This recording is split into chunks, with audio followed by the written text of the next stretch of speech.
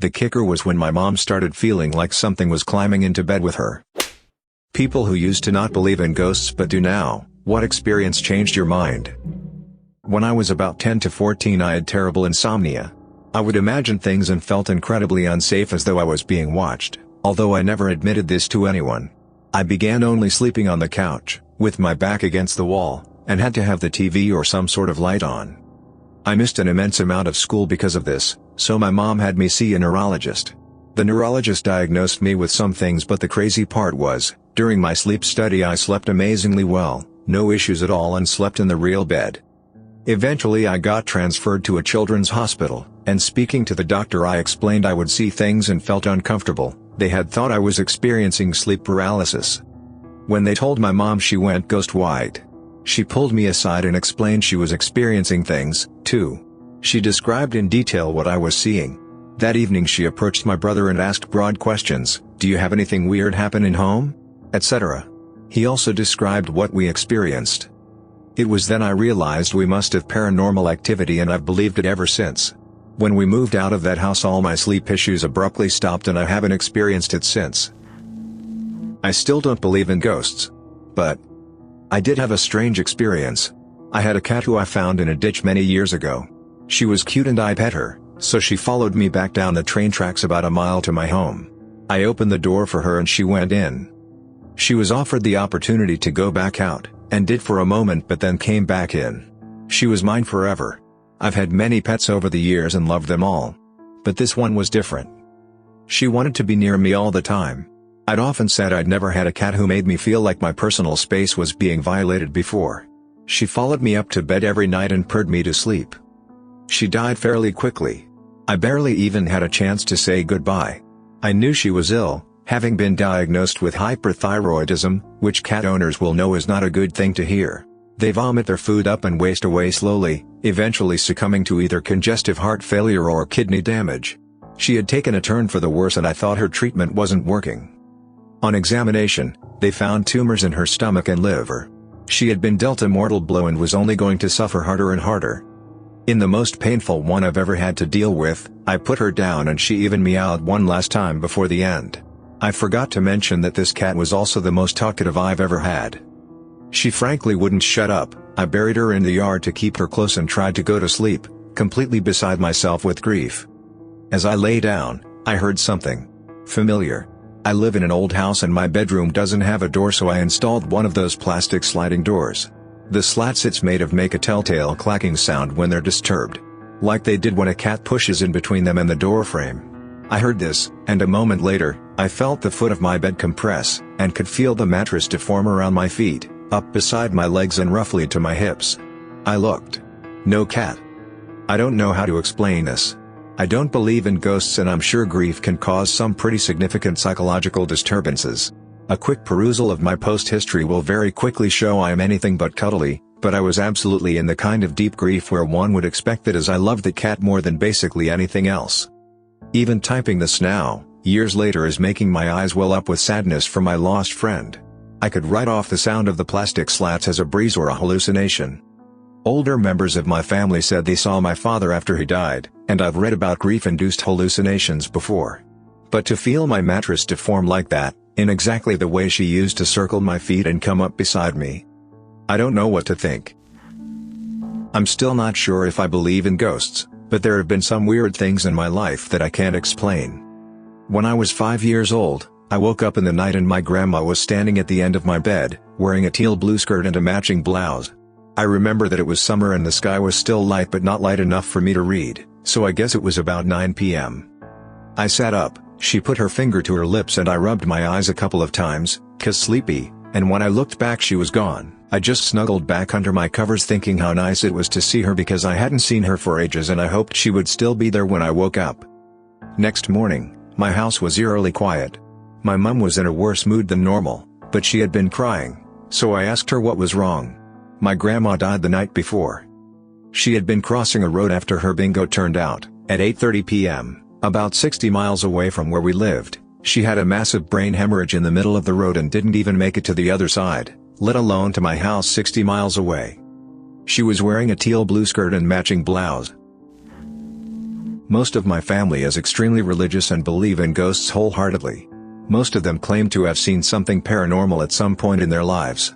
I wasn't very religious, and I always thought to myself, if I haven't seen it, then it's not real.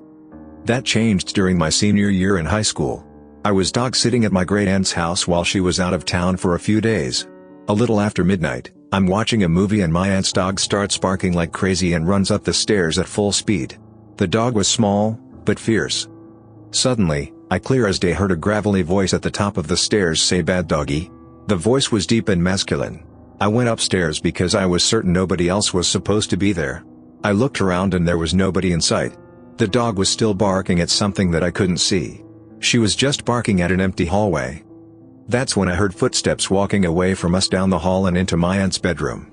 I could hear the footsteps, but I couldn't see anybody making them. I noped the hell out of that house with the dog, and went outside in my car. The dog and I slept there for the night. I'm not entirely sure what the hell I experienced that night, but I definitely believe in the paranormal now. I never told my aunt about what happened, but apparently my great-uncle, her husband, had died in that house a few months after I was born. I never knew him, but I'm willing to bet that it was him who I heard that night. I was visiting my mother after my dad died. She went shopping with her sister and left me alone. I heard my dad as plain as day up in his room. He got up from his computer chair, walked over to the door and opened it. He walked down the stairs and stood on the last step for a few seconds before walking back up to his room and closing the door. I was probably 5 feet from him in the living room. I just froze. It scared the hell out of me. When I was in 5th grade I was playing with silly putty in my room when my mom called me down for dinner. I had molded it into a ball and placed it down directly behind me. I'm talking as soft as can be here. When I stood up to go downstairs, I felt something hit me in the back of my head with some force. So I turn around and see my silly putty ball, not on the ground anymore, but bouncing on my windowsill until it eventually rolled back onto the floor. Needless to say, I ran downstairs hysterically trying to tell my mom what had happened. My wife and I swear that our daughter used to talk to ghosts when she was a toddler. She was an only child at the time. First instance I remember was her telling me that she was talking to Nana. That's what I called my grandmother, who passed about 15 years before my daughter was born. My daughter was young and so I hadn't even talked about Nana to her, so I showed her a picture and asked who she spoke to. There were 4 women, 3 of which I didn't even know, but without hesitation she pointed to my Nana. Okay, no biggie. Some months later, my wife and I are trying for baby number 2. After my wife gets pregnant, my daughter is sitting next to her on the couch and puts her head on her belly and says, "Mommy, there's a baby in there." Okay, maybe that's coincidence. She overheard us saying something. A few weeks later, my wife miscarries. Maybe my daughter picked up on our sadness, who knows, but she again puts her head on her stomach and says, "Mommy, there's no baby in there anymore." Then, several months and one more, very early, miscarriage later, my daughter tells us, "I was talking to my brother last night and he said that my sister is coming to live with me soon." Again, she's an only child and had no living brother. We were still trying at this point, but had not taken any tests.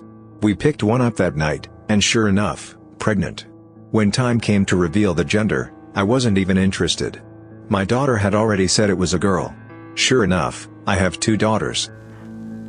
When I was in my late 20s I was dating my girlfriend, soon-to-be wife. We had been together for a while. One summer, July 3rd, her sister was abducted and killed by a group of 6 men. All the men were eventually caught and trialed. The trials and the aftermath for the family were devastating and debilitating for them for many, many years. Fast forward 3 months, after the funeral, I arrived at my girlfriend's house to wait for her to get off from her job as a nurse at a local hospital. Neither of her parents were home, just me, alone in the house. So I went into the family room, turned on the TV, sat down on the couch, got comfortable and began to watch. Clear as a bell I heard my girlfriend's sister's voice in my right ear, just off my shoulder, call my name. I turned to look at the seat next to me and of course there was nobody there. I stared at the spot in the couch next to me for a long while. Feeling a bit uneasy, I turned off the TV and went outside to wait on the porch. I lived in a haunted house for basically all of my life. It used to scare the heck out of me when I was little, but I basically just got desensitized to it. We always experienced hearing footsteps, Voices upstairs when everyone was downstairs, dogs following nothing around the room. Typical ghost stuff. Some of the stranger experiences include my grandma seeing her mother in her room at night. My mom seeing a ball of light floating in our hallway. My brother and I separately heard fingernails tapping on the walls of our bedrooms, and when we called our mom in to listen, the sounds would stop, then as soon as mom left it would start again. We experienced this at different times, my brother for a week or so and then me, and without knowing that the other one was having the same experience. I had a desk toy in my room that had a little foam ball hanging from a chain on it. My cousin and I were playing video games and the ball randomly bounced like someone had tapped it from below. The kicker was when my mom started feeling like something was climbing into bed with her. She describes it as like a dog trying but failing to climb up on the foot of the bed. She thought it was my dad moving his feet, but then she felt it when he wasn't there and she was wide awake, so she knew it wasn't him. She kept this story to herself, and then a few days later my uncle stayed the night in the guest room and described feeling the exact same thing.